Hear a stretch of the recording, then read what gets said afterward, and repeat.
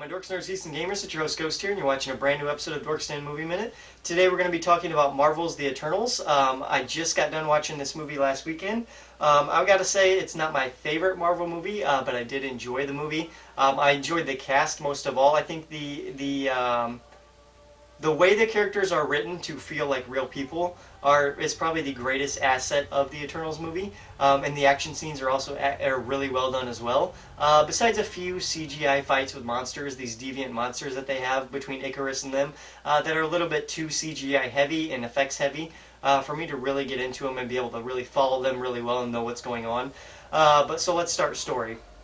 So first off, there is a ton of story that happens in this movie. I don't want to spoil it once again, like I said, but if there is a few spoilers, I apologize, which there will be. So here we go right off the bat. I apologize. There will be spoilers, so here we go. So the first half of this movie takes forever. It is a love story between Cersei and the Black Knight and Icarus, and you're kind of cutting between both her connections between both men in the past and the present. When she's in the present, it's with the Black Knight. When she's in the past, such as 5000 BC or Babylonian times, she is in a relationship with Icarus. So the scenes flip-flop back and forth, and they don't. And that's the other thing that bothered me about it, is they don't mix it up enough to make it interesting. Where it's not like present scene, past scene, past scene, present scene, past scene, where they mix it up a little bit. This is straight up present scene, past scene, present scene, past scene, present scene, past scene, end of movie. So that's just how it goes. And I kind of called that from the get-go. I knew that was going to be kind of this love story between Cersei and and stuff like that. But it's not. It's more than that. On top of that, we have the creation of the team, how they kind of met each other, and some of the earlier battles they went through together. And there's a few red herrings here as well. Like Druid as a character is very much a red herring, but he worked. I love Druid as a character. He is amazing in this movie. But I'm getting a little bit off topic because we will talk characters. Characters are the next best thing. Like I have to say, the writing was good, but I think the characterizations is the best thing about this movie. The way they did them. So actually, let's just talk about it. So we got the Bollywood actor guy. I don't know all their names of the Eternals. I apologize. There's so many of them, but I do remember a few of the ones I did enjoy. But the Bollywood actor guy, I did enjoy his powers. He has these like gun fingers, and he can like make energy and shoot them out his fingers. But he's rich and famous, and he makes these Bollywood movies in Hollywood and stuff like that. But he's kind of the comic relief of the group. He reminds me of like a Tony Stark of the group. If he had Tony Stark's humor, sort of. Then there's Gilgamesh, who I like to call Doomfist. He has this power to make these things over his fist, and he can punch things incredibly hard. Big dude, very funny sense of humor, works really well with the team. There is a deaf speedster, I don't remember her name, but she was also a standout member, because having a deaf character could have been a detriment to the film. But the way they did it worked really well, and the way she uses sign language and the way they use the subtitles works perfectly with her character, and you could feel the emotion between her acting with no words at all. So I like that as well.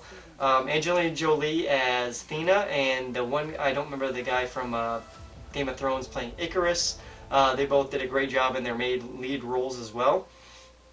And the female who did Cersei as well, I think she did an okay job. The only problem I had with Cersei was her relationships didn't feel completely real. They felt kind of forced in what they were going with. And also the Black Knight, awesome job in this casting as well. Like I said, the story is boring in the beginning, but it does pick up, and the scale does get a little bit bigger and bigger as you roll along, thus leading to this big explosive finale where you have this celestial about to pop out of planet Earth, and it is up to the Eternals to either stop it or reverse it or find a way to stop it.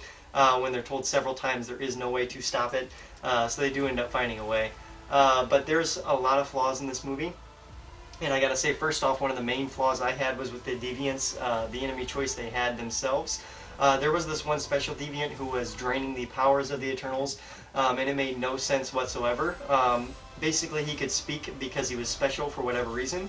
They never explained really why this deviant was special, only that he was the one that was siphoning powers from the other Eternals and getting smarter somehow. And for some reason, I don't know. That was one of the main flaws that bothered me about it. The other one is with Thena's character. She has this sickness that makes her go crazed, and her eyes glaze over, and she kind of attacks some of the other Eternals whenever she gets in this madness mode or whatever. They glance over the sickness for whatever reason with no explanation of why it happens, or what the story purpose is, because it could have been cool. It could have been a cool story beat they could have explored.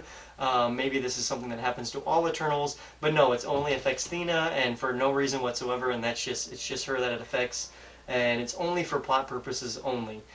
So by what I mean by that is she's fine throughout most of the movie. She's helping the Eternals when she can, but then we get to this final battle. And then all of a sudden in this final battle she decides to turn against them. The sickness kicks in. For why? Because of convenience. They needed another person to turn against some of the other Eternals.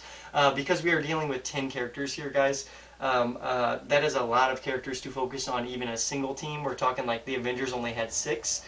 This is 10 characters on one team, and they all have vastly different powers and vastly different personalities. And for the most part it does work with the variety. But that's not the only twist that was a problem. The second twist that was a problem was Icarus. Icarus is a great character throughout the first half of the movie. You're following this murder mystery, who killed one of the Eternals, who did it, and you're kind of pointing fingers. They're throwing red herrings at you. Is it Druid? Is it Thena? Because they both have this thing where they glaze over and they lose control of each other. Well, no. I'm going to spoil it right here, guys. If you haven't seen Eternals, click off now, because this is the spoiler for the movie, a big spoiler. Icarus turns on the team. Why would the leader of the Eternals turn on the team? It makes no sense. It's because he feels that it's natural that the order of things go the way they should. He's not going to fight the order of things, and blah, blah, blah, blah, blah. So he ends up turning on the team, once again, for plot convenience. So it's Thena and Icarus versus the other Eternals while this Celestial is trying to be born out of the planet, while they're trying to, well, Cersei and some of the other Eternals are trying to stop it. So it's this huge battle. It's a mess. Everybody's fighting everybody. Everybody's got personal reasons for fighting everybody. You're going back and forth between everyone. It's so hard to follow. I'm telling you guys, it's literally 25 minutes of just a mess. Like, people, it's a mess. You got Thena fighting 3 people over here, then they decide to fight Icarus, then they switch to fight the Celestial. But I do got to say, one of the pros of the movies, that's the 2 cons I got to get out of the way.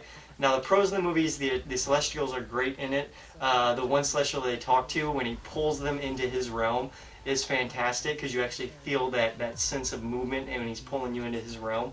And there's another scene at the ending of the movie is very, very good. It leaves you your jaws on the floor, and you want to see what happens next. And that's really, really where the movie really holds itself together and gets its hooks in you and really redeems itself from the tragedy that is the first half of the movie. So yeah, it ends with the Eternals the Eternals finally saving the day and stopping the Celestial. But there is consequences for stopping a Celestial, and their Celestial actually pulls them forward into outer space, and he tells them, you will be tried at this point for what you have chosen to do. So now the next movie will follow the trial of the Eternals, and if they made the right choice in stopping the Celestial and saving the humans of Earth. So that's what we're going to find out next. Very good way to in the first movie. I do like that, and they left it open for a sequel. And I do got to say the 2 post-credit scenes are fantastic, so stick around for them, guys. I won't spoil those here, but they are great. Very cool. We do get to meet some new characters and see some new weapons and items that may lead to future stories in the MCU. But other than that, I thought this was a pretty good Phase 4 movie. I think I enjoyed Black Widow and Shang-Chi even more, which I really didn't enjoy Shang-Chi that much, I didn't think, until I seen this movie, and then that really made me appreciate Shang-Chi a bit more. I'm going to give this one a 6 out of 10, a pretty average, a little bit above average, but pretty much average Marvel sort of movie. A few standout scenes that really put it over the edge, that put it over a 5 for me, so I give it a 6. So yeah. That's my opinion, guys, on it. I did enjoy the movie for what it was. Let me know down below what you guys thought of the Eternals. Did you enjoy it or not? Make sure you like, subscribe, or share. And as always, guys, keep it right here on Dorks Den. I've been your host, Ghost. Adios.